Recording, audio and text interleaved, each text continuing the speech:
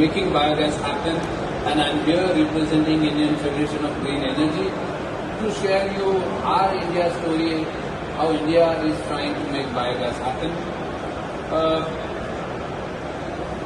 We at Indian Federation of Green Energy have been working in last among 12 years to focus, create policies that will enable environment for more decarbonization, more greener energy utilizations, and more investment into the greener energy.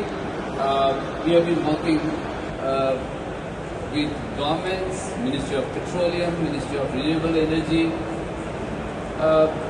to make sure that India's bioenergy program kicks off. And fortunately, in last about 12 years, India has made significant progress into the bioenergy sector, including different, the Indian bioenergy program has different portfolios, including blending of ethanol, blending of biodiesel, and CBG, biomethane, bio-CNG, as part of its bioenergy mix.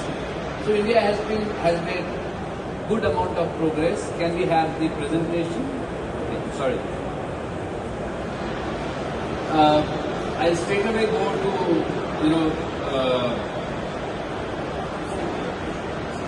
okay.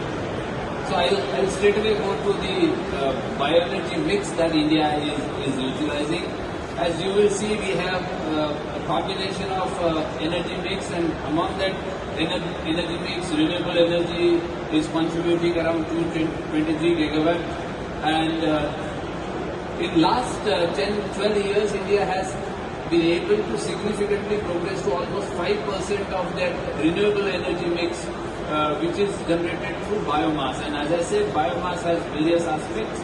We have surplus agriculture biomass, we have municipal solid waste, we have sugarcane bagasse and the press mud generated in the sugar factories, and we have sewage waste, animal dung. All those are being used. Bioenergy program in India has, as I said, surplus agriculture residue is used to generate power through the cogeneration plants at sugarcane. Then we have biomass-based ethanol, as it called 2G ethanol. We have bioenergy, bio-CNG generated through rice straw, paddy straw. All those combination India is utilizing. India being a large country, India has decided a target of 5% CBG blending as the obligatory target by government in all the gas usage by 28-29, which is a very large, it's a big target to achieve. But since India has successfully achieved ethanol blending program ahead of its time, 20% ethanol blending, it's definitely doable. India has also focused on using biomass pellets into the thermal production. That's another usage of biomass that India is trying to use, and of course biodiesel blending. As I said, India has around 12 gigawatt of biomass to energy through co-generation, co-firing. We have ethanol blending, but we have a large amount of biogas and cooking installation that India is trying to do. These are very small plants which India has used in villages, rural areas. India's entire biogas status as of today, as I said, we have, for a sake of understanding, we have distributed that to biogas plants which are primarily cow dung, animal dung based through rural areas, and modern CBG plants which are biomass based or sewage based. So as Mr. Moga has said, India has around 1051 CBG plants which are registered to be commissioned, out of which 144 plants are commissioned, operational, 10 plants are completed, yet to be commissioned. There are around 230 plants which are under construction at different stage of commissioning and shall be commissioned within a year or so. And there are around 666 plants which have been registered with the government for installation, and they are yet to start. In totality, we have The biogas CBG plant spread is also across all over India. As you can see in the presentation, we have plants in Uttar Pradesh, Maharashtra, Haryana, Gujarat, and these all 4 states I have mentioned here are predominantly large agriculture states which are producing large amount of agriculture biomass is produced in those states. As you can see, CBG projects and volume that has happened in last 5 years. In 2019 we were around less than 5,000 tons per year, and we have in last 5 years grown significantly. That growth has been very, very massive, many-fold, and therefore, as Mr. Monga said, in the overall global bio-CNG and biomethane CBG scenario, India is going to play a major role because India's growth has been phenomenal in the both implementation of CBG projects and the production of CBG in last few years. Of course, India has increased the usage of natural gas in the transportation in last few years. That has also kind of triggered this growth of bio-CNG and CBG in India.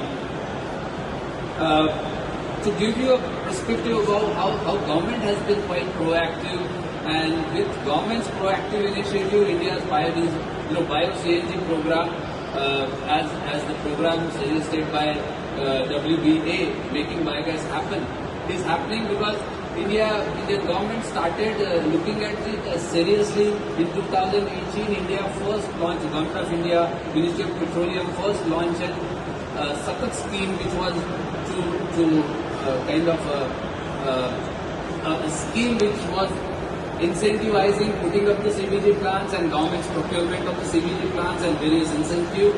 This was further enhanced by giving them the uniform pricing to the domestic and CBG gases. Then there was a central financial assistance. Then there was a scheme to give market assistance to the organic fertilizer that is produced as the byproduct of the CBG plants. That has also been incorporated. Through various interventions, government has been consistently dynamically observing the situation and has been intervening to promote, to make sure that the CBG works in India, biomass-based gas works in India, and wherever required, government has been constantly working with the stakeholder organizations like Indian Federation of Green Energy, has been given the task to regularly monitor the progress of the CBG plants, the operations, the new implementations, and using those mechanisms to ensure that CBG works in India. As I said, there has been key enabler for CBG, which has been mentioned even by Charlotte in her opening remarks. Mr. Monga has said India has a huge biomass potential. India's large dependency on the import of natural gas, help India focus on biomass-based CBG, which can help India secure energy security faster and contribute into the decarbonization. There is another challenge. India being the large agriculture country, India's soil quality is depleting very fast, and therefore the biomanures that are produced in the CBG plants can be a major source of improving the soil quality in India. So that has also been one of the major enablers for government to focus on. And of course, I will not take much on this because we all are convinced it's economic, social and environmental benefits. We all are convinced, and therefore we are here at this summit. There are few challenges, particularly to the Indian context, is the backward integration of constant and a very assured supply of feedstock to the CBG plants. There is another aspect of segregation of waste, which India is trying to evolve, and we will like to learn from our global partners, other countries, their experiences in structuring this whole segregation and biomass feedback process. We are also looking at creating mechanisms, both standardization Government of India has done for FOM, both the liquid FOM and the solid FOM, but mechanisms to market integration and forward integration to the market of this FOM is something which we are Also looking at capturing of CO2, CBG pricing is of course a constant process which we are working with government, and also on the taxation issues. So we will like to learn from the successful practices that countries like UK or European Union or Brazil has done on those parts, so that we can also work with government in our country to kind of bring in those structural best practices globally available. We have been constantly working with government. The CBG forum has been able to get these things happening. We are very active with the stakeholders and the government. I will stop here, but also take a minute to invite all of you to the India Bioenergy and Tech Expo, which is India's biggest flagship event on the bioenergy and biomass sector, based bioenergy. Thank you, WBA, for providing me opportunity, and thank you all for listening me patiently.